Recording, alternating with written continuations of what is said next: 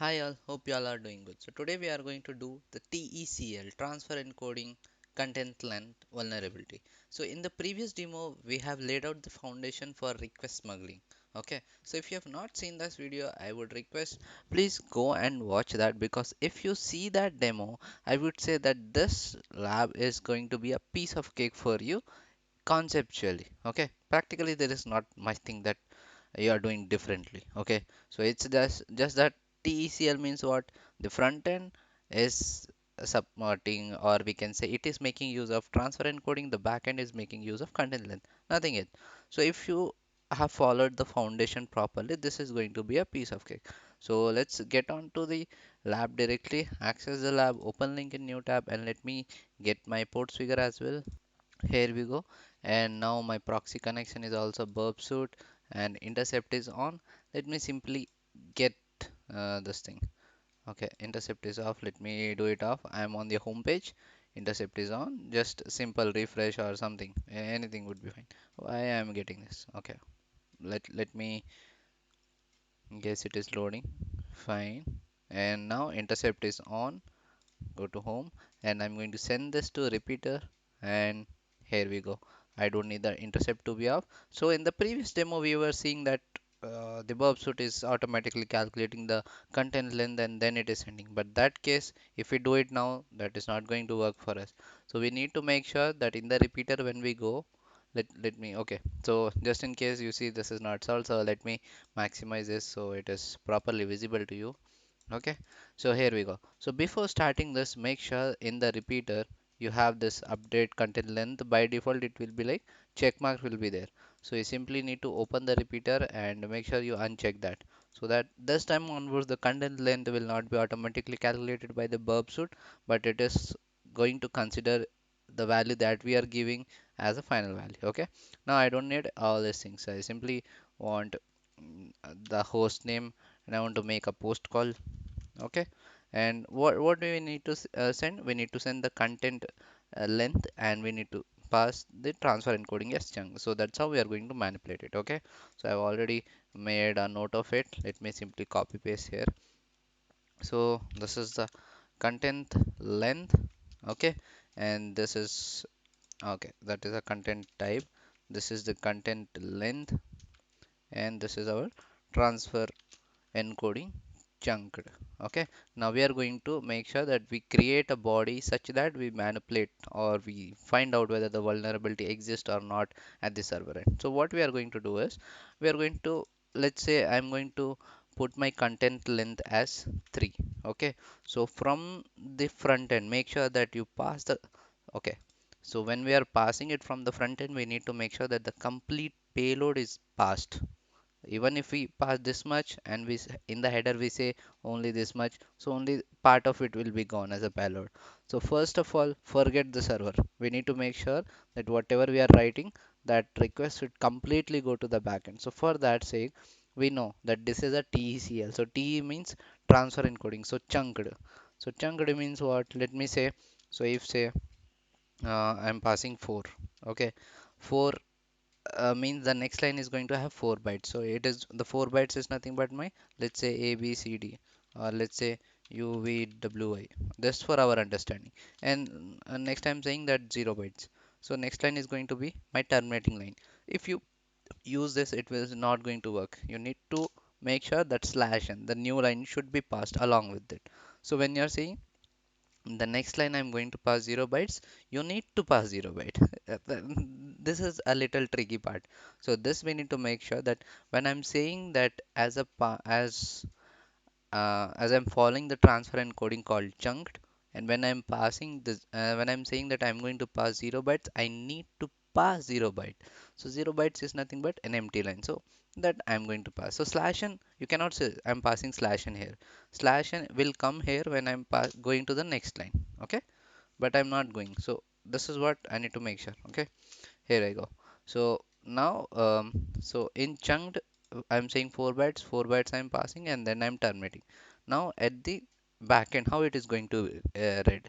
So it is like the content length is 3. So what it is going to see? This is 1, and then the new line 2, 3, and 4, 5, 6, 7. So that complete thing is going to read it, right? But I don't want it to read the completely. I want the server to assume that I'm passing till here only. That is UVWI I'm not passing is what I need to make sure that server does not read UVWI. So what I'm going to do is this is 1 byte, new line is 2 more bytes. So I'm totally passing 3 bytes. So the next UVWI and everything remaining will be considered as a part of the new request that is coming. Okay, makes sense. Now let's hit it, go. Okay, so first request is this, and the next thing that I'm going to send is, so you can see UVWI and 0. So whatever it is, I'm not like what I can say. The server is not able to identify but is this solving our lab? Refresh, no, because the as per lab we need to make sure that instead of this we need to get the response G. So I'm going to say that I'm going to pass only, so it is chunked, right? And okay, so here we go. I want to pass only G, but in the chunked, when I'm saying 4 bytes, I cannot pass 1 byte, right? So I'm going to say that I'm going to pass only 1 byte. Okay, so this is clear, right? I need to pass an empty line here. Okay, so new line is not 2 bytes in the chunked, it is 2 bytes in terms of content length. I hope that is not confusing. So just give it a try and then you'll get it. Okay, so now what we are doing is from the front end perspective, we are saying that okay, it is chunked. First, I'm going to pass 1 byte, which is the, then I'm going to pass 0, which is an empty line, and that's how we are passing the complete payload from the front end. And the back end, how it is reading, it is considering that only okay 3 bytes is going to come. That is 1 and a new line 2 3, but the G and 0 and all is not coming. So let hit this, go, and again go. So you can see Z post. Okay, uh, maybe because of 0 it is not considering it. Refresh. Yeah, we are getting 0, right? Actually we should consider it as though we are passing only G. Okay, let me try this thing, go, and okay, it is taking time, waiting. Okay, let me hold on for a minute. So timeout, maybe this line should be sent. Then how should we prevent it from considering 0? That is something we need to identify. Okay, so this makes sense. So instead of this, let us pass the complete thing what it is expecting. So let me pass G post itself. That is what it was expecting, right? So just send it that. And G post, again this post is going to be considered. So let me copy this complete line. Okay, now you are getting right why we are doing this, because we want it to consider that GPOS is not recognized. So we are going to pass this complete thing again. So uh, content length 3 transfer encoding, let's pass the complete thing again. Okay, but then its size should be like proper as per chunked. So we need to calculate how many bytes is this. Okay, so let's try to pass GPOST first. Invalid request, yeah, because content length is what in terms of this is 1 2 3 4 5, so we need to pass it as 5 and then go. So G post 0 post, again we are getting the complete list. Instead of saying that G post is not recognized, we are getting G post and 0. So we need to so for okay, the concept wise we are sure. Now to get the G post not recognized, we are going to pass the complete body again. Okay, so let's remove this part and let's add this thing. Okay, so now what 5C is saying that it is going to send some, let's say 92 bytes or some 5C in is in hexadecimal, so in decimal it is going to be 92 or 99 something. So overall what we are saying that this is my complete next new line, and then my termination line is there.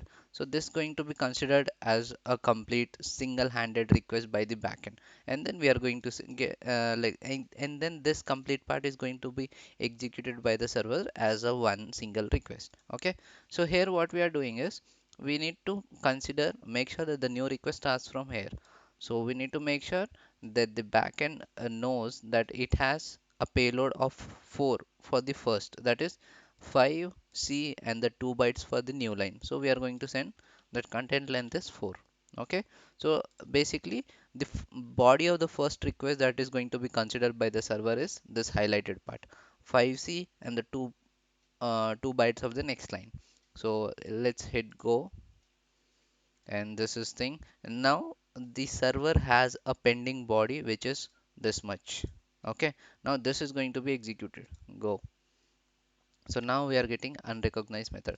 So here again we can see that why we are saying x is equal to 1 0 and then content length is fitting. So if you read it carefully, you will get it bytes, a new line, x is equal to 0 1 and all.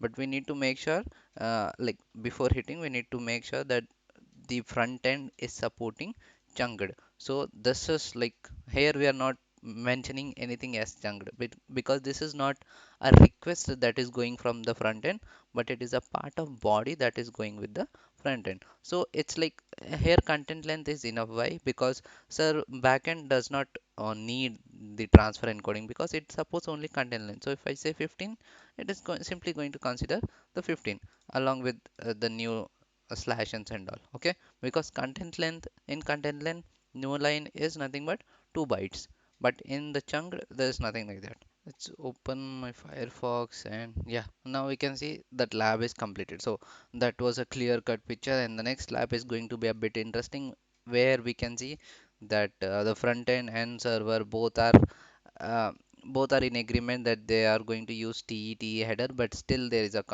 loophole present. So that is going to be an interesting lab. So in this, if you have any queries, please mention in the comment section. And if you like my explanation, please do subscribe, click on notification bell, and share with people whom you might think that this could be useful. And if you have any other strategies, please do mention that in the comment section. We'll give it a shot. So that's it for today. Stay home, stay safe, and practice as much as possible. Thank you. Bye bye.